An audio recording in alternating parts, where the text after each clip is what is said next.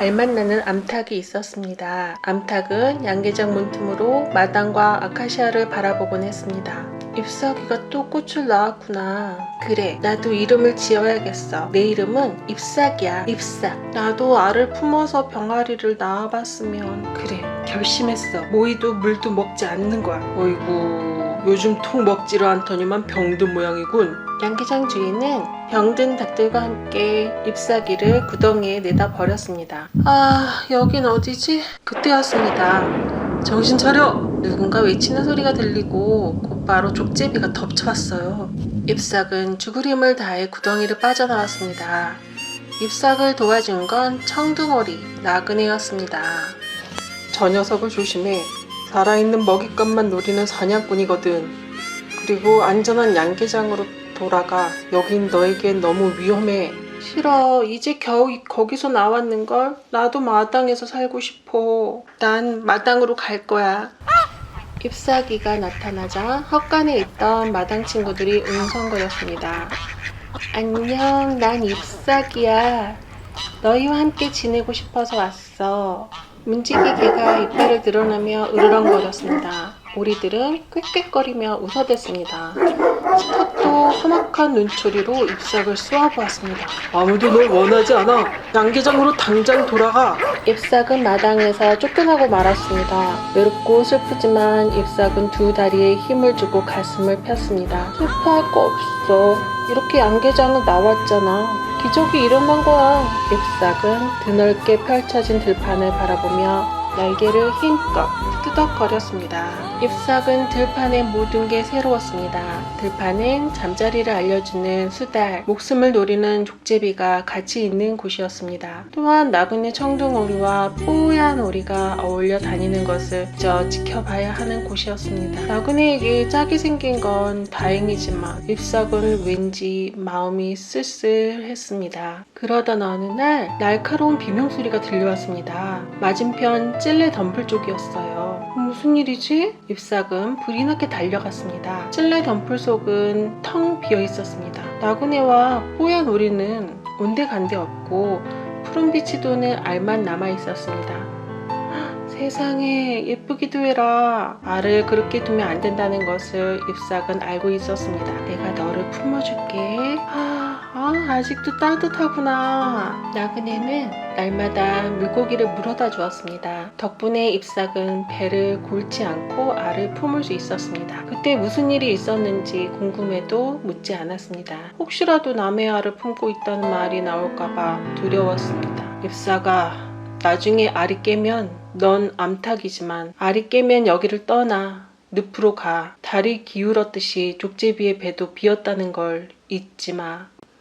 지치고 힘든 날이 계속되던 어느 날 가슴을 후비는 비명소리에 잎삭은 벌떡 일어났습니다. 어둠 저편에서 나그네와 족제비가 뒤엉켜 있었습니다. 나그네는 벼랑 끝으로 몰리고 있었습니다. 아니, 족제비를 꿰어내는 것 같기도 했습니다.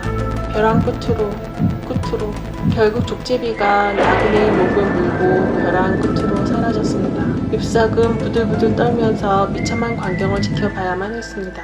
잎삭은 늪이 마음에 들었습니다. 아기가 수련잎을 건너다니며 즐겁게 제재거렸기 때문입니다. 서툴기는 해도 아기는 분명히 헤엄을 치고 있었습니다. 찔레 덤불 속의 알, 청둥오리, 먹이, 비명소리, 족제비.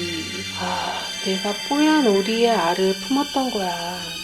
그러니 거기 알이 있었고 나그네가 찾아왔지. 아가야, 넌 영락없는 오리구나. 잎삭은 아기에게 초록이라는 이름을 지어주었습니다. 잎삭과 초록이가 다르게 생겼다는 사실은 이웃들에게 종종 웃음거리가 되곤 했습니다. 너는 네 엄마랑 왜 달라? 친엄마 맞아? 엄마, 나도 무리에 끼고 싶어. 엄마가 날 사랑하는 건 알아. 하지만 우리는 서로 다르잖아. 잎삭은 가슴이 무너지는 것 같았습니다. 떠돌이 생활은 고단해도 견딜 수 있었습니다. 정말 견디기 어려운 건 초록이의 우울한 모습을 바라보는 일이었습니다. 잎삭은 초록이를 볼 때마다 나그네를 생각했습니다. 족제비에게 날개를 다쳐 무리로 돌아갈 수 없었던 나그네, 알을 지키려고 목숨을 내놓았던 나그네처럼 잎삭 자신처럼 초록이도 외톨이였습니다. 무리에 끼고 싶은 게 당연합니다. 그런데 아까부터 초록이가 보이지 않아 잎삭은 불안해졌습니다. 초록이는 지보리 떼를 따라 마당으로 들어섰습니다. 오호, 야생오리가 제 발로 걸어 들어오다니. 초록이의 소식을 듣고 잎삭은 미친 듯이 달려왔습니다. 꼬꼬대 꼬꼬꼬, 그 애를 놔줘. 날개를 퍼덕이며 달려든 잎삭 때문에 발목에 끈이 묶인 채 초록이는 간신히 도망쳤습니다. 위험은 끝난 게 아니었습니다. 초록이가 벼랑 끝에서 사냥꾼 족제비에 마주친 것입니다. 꺄! 아가, 도망쳐! 초록이는 벼랑에서 떨어지고 말았습니다. 죽음의 구덩이에 벌어졌을 때처럼 절망했습니다. 그런데 그때 엄마, 정말 굉장하지! 벼랑 아래로부터 날개짓하며 서서히 날아오르는 초록이가 날고 있었습니다. 엄마, 이상해. 뭔가 다가오고 있어. 먼 산과 하늘의 틈 바구니 사이에서 이제껏 들어보지 못한 소리가 들려오고 까만 점들이 나타나기 시작했습니다. 겨울을 지내러 오는 거야.